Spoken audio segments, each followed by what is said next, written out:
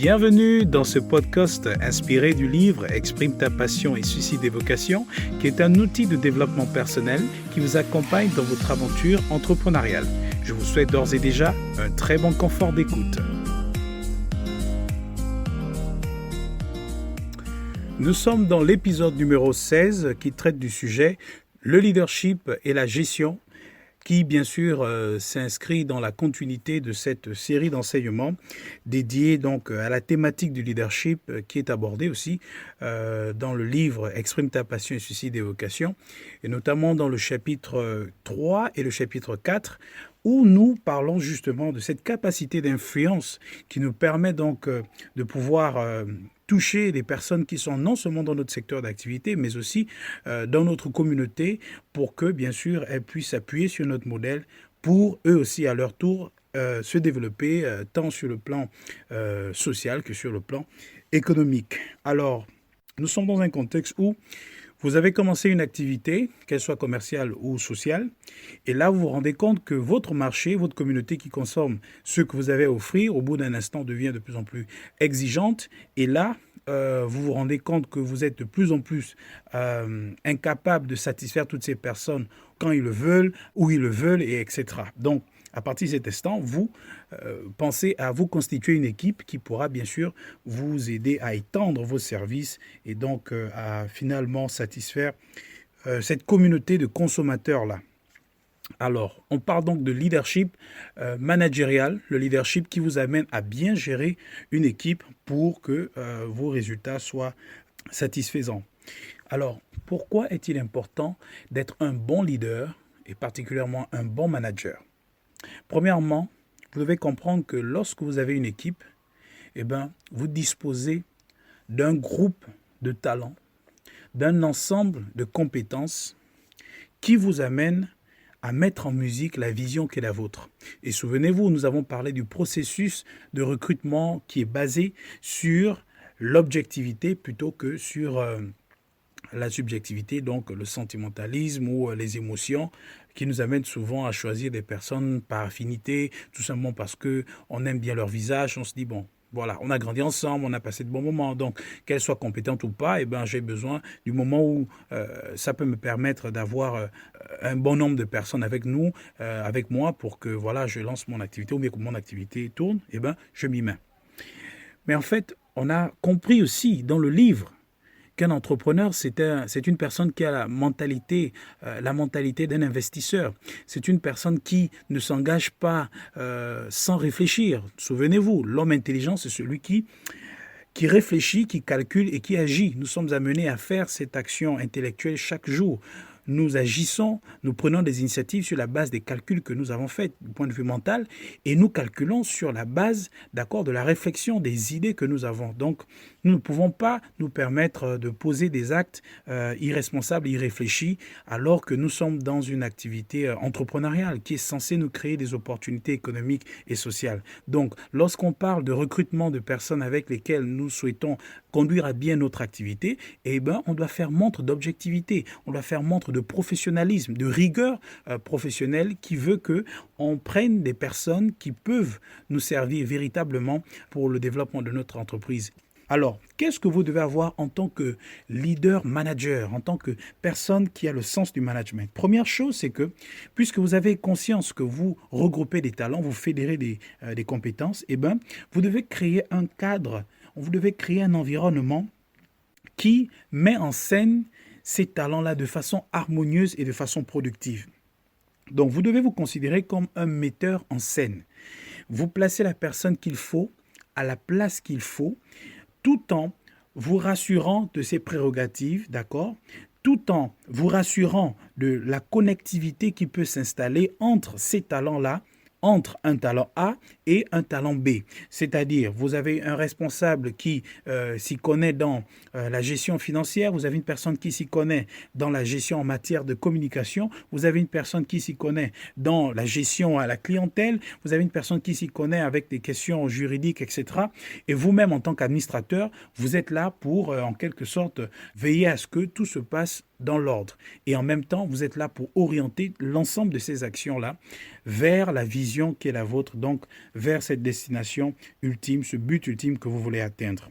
Eh bien, la deuxième chose que vous devez avoir, c'est le sens de l'apprentissage. Nous avons parlé de ça. Vous, en tant qu'entrepreneur, vous devez profiter des compétences qui sont représentées dans votre équipe. Donc, toutes les personnes qui ont une expérience dans les domaines qui permettent à ce que votre entreprise vive, eh bien, vous devez vous rendre disponible à apprendre de ces personnes, bien entendu, par l'observation, par aussi les questions, mais vous avez toujours, en tant que leader, ce regard-là, vous devez veiller à ce qu'ils aient conscience de cela. Mais en même temps, dans ce processus de gestion, de surveillance, vous êtes toujours en position d'apprentissage parce que vous devez apprendre de ces compétences-là. Finalement, ça va vous amener à être cette personne humble qui, en fait, ne va pas considérer les personnes qui constituent son équipe comme des personnes en position de bassesse. Vous ne devez pas créer ce fossé-là entre vous et votre équipe, entre vous et les collaborateurs qui sont avec vous. Quand bien même ce serait vous qui serez à l'origine de la vision qui vous rassemble. Pourquoi il est important de comprendre cela? Comme vous l'avez certainement remarqué, très souvent, l'équipe avec laquelle vous commencez n'est pas toujours l'équipe avec laquelle vous allez finir. Il y a toujours des difficultés qu'on rencontre en chemin et très souvent, ces réalités-là sont à l'origine parfois des séparations des personnes qui initialement ont commencé ensemble. Alors, parce que cette réalité est tout à fait inévitable, parce que cette réalité est propre à l'aventure entrepreneuriale, eh bien vous devez vous armer de cette mentalité-là qui veut que vous soyez un leader qui est toujours en situation d'apprentissage, qui puise de ses membres, tout comme aussi qui permet aussi aux membres de son équipe de puiser de lui, de puiser de sa connaissance, de puiser de son expérience. Pourquoi? Eh bien parce que le jour où l'un de ses membres décide, pour une raison ou pour une autre, à tort ou à raison, de s'en aller, eh bien, qu'il n'y ait pas cette carence-là, il n'y ait pas cet handicap-là qui va empêcher l'entreprise de continuer à être productive. Donc, en fait, ce dont il s'agit ici, c'est minimiser ce genre de risque-là. C'est-à-dire, vous devez anticiper sur ce genre de situation tout à fait accablante qui peuvent freiner l'élan que vous avez. Ceci est une réalité que tout leader rencontre dans sa vie collaborative avec ses équipes, avec ses collaborateurs, avec ses employés, avec ses bénévoles. Nous sommes confrontés quotidiennement à ce genre de situation-là. Alors la troisième chose qui est très liée à la deuxième, c'est que vous, en tant que manager responsable de votre équipe, vous devez être attentionné sur l'utilité des talents ou des compétences des membres qui sont dans votre équipe. C'est-à-dire, vous devez veiller à ce que ces personnes-là soient toujours utiles et jamais indispensables. C'est-à-dire, vous devez vous rassurer que chacun d'eux se sente utile au développement de l'activité commerciale qui est la vôtre, au développement de cette œuvre sociale que vous avez lancée au travers de cette ONG ou de cette association qui œuvre en faveur de X communauté ou Y communauté. Vous devez toujours vous rassurer que personne, vous y compris, ne soit indispensable pour l'organisation si ce n'est la vision.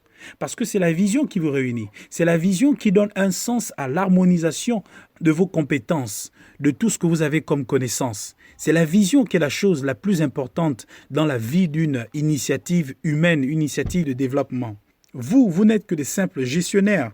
Vous, en tant que leader, vous êtes un gestionnaire. Les membres qui sont sous votre direction, qui sont sous votre leadership, ils ne sont que des simples gestionnaires. C'est vrai que vous avez cette responsabilité de gérer des gestionnaires, mais par-dessus tout, personne ne doit se sentir indispensable. Parce que dès lors que vous vous sentez indispensable, alors que vous avez une équipe, l'équipe va se sentir inutile. Elle va se sentir frustrée, elle va se sentir comme délaissée et à partir de cet instant, vous allez ressentir la charge, le poids, le fardeau que 5 personnes sont censées supporter et que là, c'est finalement une seule personne qui la supporte en plus de son fardeau personnel. Vous voyez que c'est quelque chose, c'est une entreprise assez difficile.